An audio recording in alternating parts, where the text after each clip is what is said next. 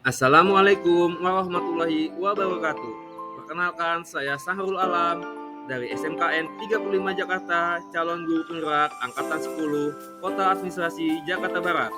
Pada kesempatan kali ini, saya akan memaparkan video tugas 1.3.h demonstrasi konseptual modul 1.3. Untuk merumuskan visi guru penggerak, saya menggunakan pendekatan inquiry apresiatif. Inquiry apresiatif adalah pendekatan dalam manajemen perubahan yang berfokus pada pencarian nilai-nilai positif dalam organisasi atau individu untuk memunculkan perubahan yang berkelanjutan.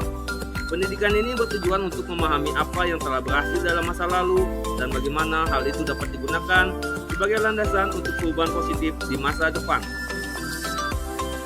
Untuk menerapkan pendekatan inquiry apresiatif, satu langkah yang dapat dilakukan adalah dengan menggunakan penerapan metode Baghya.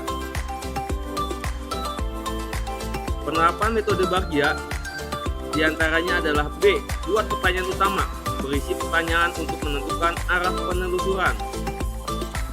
Kemudian A. Ambil pelajaran, memandu bagaimana pengalaman positif dari individu, kelompok, atau komunitas lain yang akan dijadikan pembelajaran.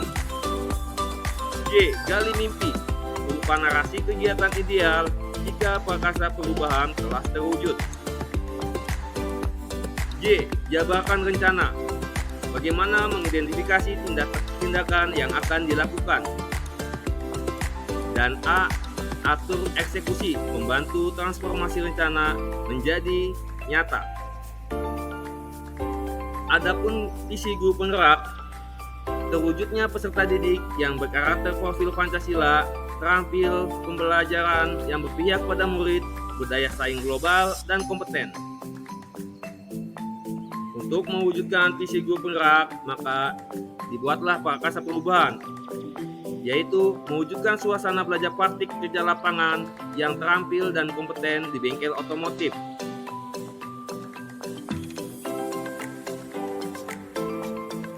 Prakasa perubahan untuk mewujudkan suasana belajar praktik kerja lapangan yang terampil dan kompeten di bengkel otomotif. Poin pertama adalah buat pertanyaan utama. Apa yang harus dilakukan agar suasana belajar praktik kerja di lapangan bengkel otomotif dapat terampil dan kompeten?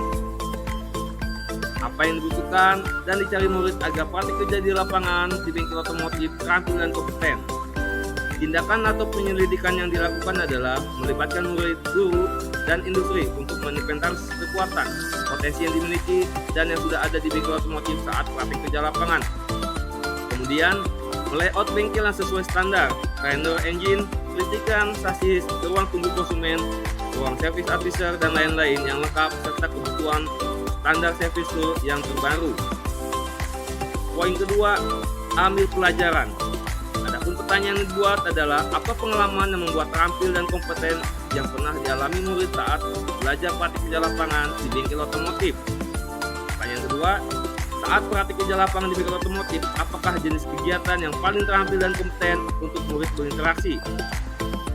Tindakan atau penyelidikan yang perlu dilakukan adalah mengajak murid berdiskusi dan menceritakan gambaran suasana praktik kerja lapangan di bengkel yang membuat mereka merasa terampil dan kompeten.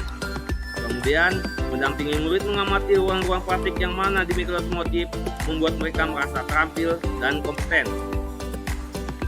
Poin ketiga, gali mimpi. Adapun pertanyaannya, ruang bengkel mana yang tempatnya sangat terampil dan kompeten saat praktik kerja lapangan?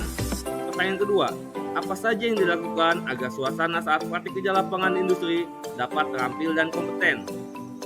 Adapun tindakan atau penyelidikan yang perlu dilakukan adalah menggali pendapat dengan menanyakan ruang bengkel yang dipilih membuat terampil dan kompeten. Kemudian, langkah-langkah mengidentifikasi dan mengamati untuk membuat suasana praktik kerja lapangan tetap terampil dan kompeten.